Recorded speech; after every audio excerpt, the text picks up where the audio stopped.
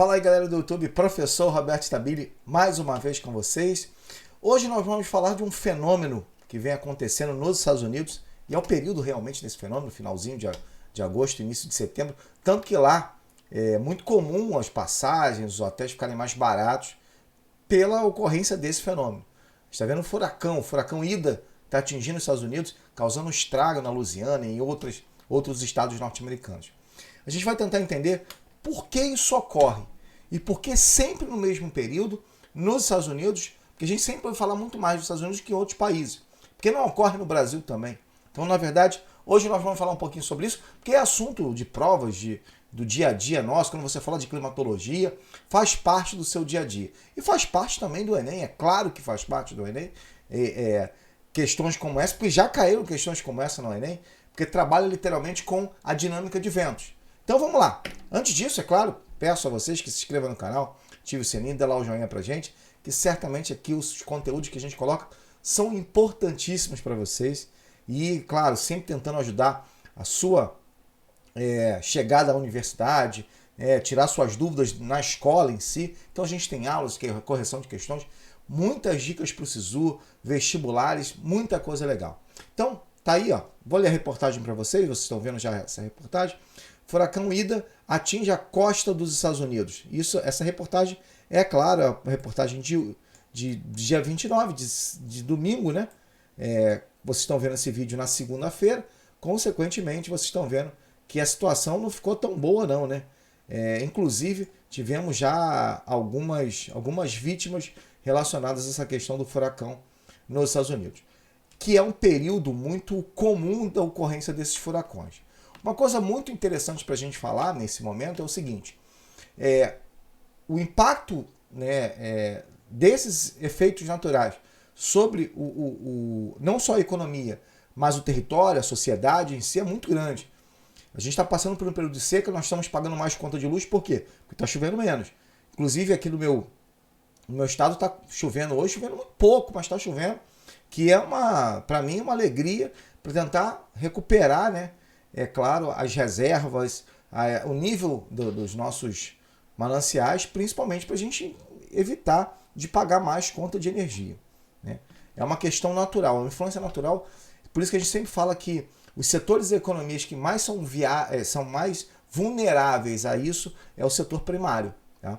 E o exemplo aqui do setor primário, há aspas, né? Se você falar da indústria petrolífera, é o setor secundário. Mas a extração do petróleo, o extrativismo, é setor primário. E aí o extrativismo do petróleo está sendo realmente muito impactado, principalmente porque o furacão está atuando naquela costa onde você tem essa exploração do petróleo no Golfo do México. E essa região é muito comum da ocorrência desses furacões, principalmente nessa época do ano, do final de agosto para o início de setembro. Que características são comuns para que eu tenha esse tipo de fenômeno, efeito? Tá aqui, ó. Primeira coisa que a gente tem que levar em consideração é o seguinte: a temperatura da superfície do oceano, tá? Os ventos, por que ocorrem os ventos? Os ventos ocorrem da diferença de pressão atmosférica. A pressão mais baixa para a pressão mais alta.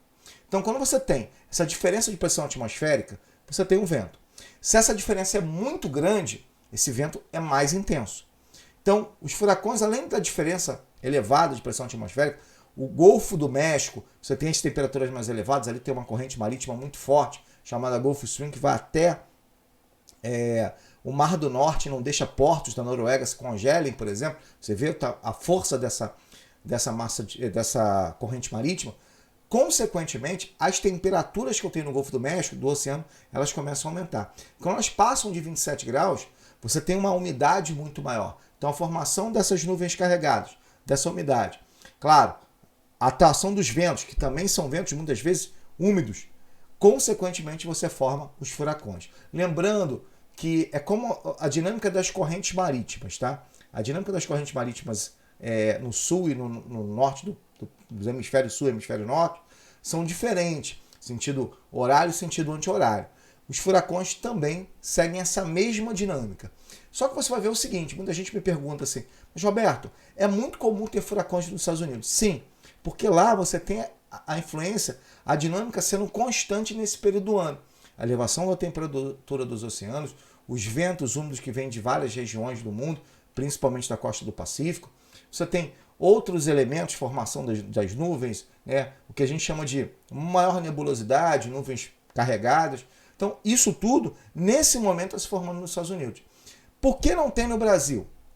Primeiro, a gente não tem essa questão das temperaturas tão elevadas assim nos oceanos, apesar de várias influências de áreas tropicais, porque você vai ver que isso acontece principalmente nessa zona tropical de 10 a 30, sonhando um pouquinho no temperado, mas de 10 a 30 de latitude. Só que aqui nós temos tornados, entre aspas, no sul do Brasil, porque no sul do Brasil o que acontece? Você tem uma frente fria e ela bate de frente com a massa de ar quente. E aí ali você tem a formação de tornados. Não é sempre, mas existe. Principalmente o estado de Santa Catarina sofre muito com isso. O sul do Brasil sofre muito com isso. Tá? E são os exemplos. Não chegam aos níveis dos furacões. Os furacões, eles variam de níveis. Por exemplo, como a gente fala assim, não só a propagação, mas a referência que está se colocando do furacão Ivan é de aproximadamente 4, 5. Principalmente quando ele está no oceano.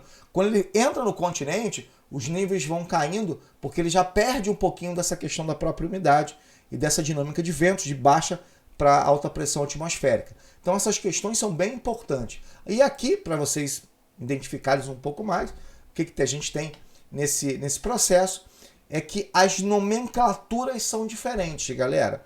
Furacão é na América, ciclone, por exemplo, na Índia, e tufão no Japão. Então, quando você ouve falar de tufão, você está falando do mesmo fenômeno, praticamente, né? Na verdade, essa dinâmica de fenômeno que a gente está caracterizando o furacão, só que no Japão, então é chamado de tufão.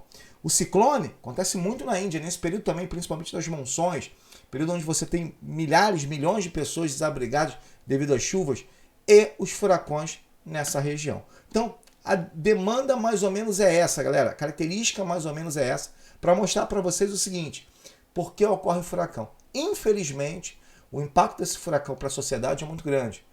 Né? Mortes, como aconteceu com Katrina, que teve um recorde de mortes, mais de 1.000 mortes, por exemplo.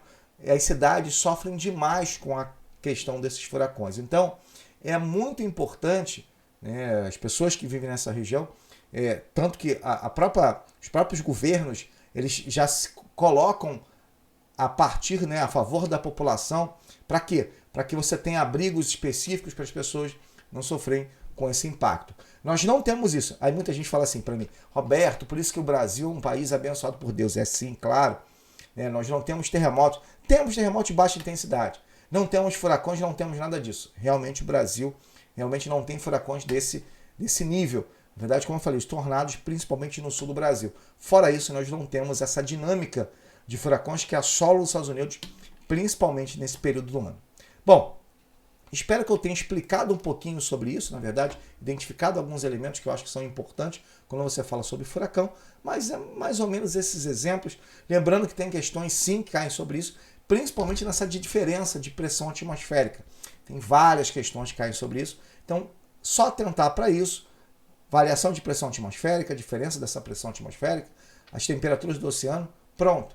Isso aí você já conseguiu praticamente matar uma questão ou do Enem ou de outro vestibular que você faça. Bom, espero que eu tenha ajudado vocês. Aproveita para dar aquele like maneiro e, claro, dar essa moral, se inscrever no canal. Só aquela clique maneiro e vida que segue. A gente continua aqui trazendo informações importantíssimas para vocês de tudo que vocês precisam de vestibular, de Enem, de SISU, aulas e muitas coisas legais. Galera, um grande abraço. Até o nosso próximo vídeo.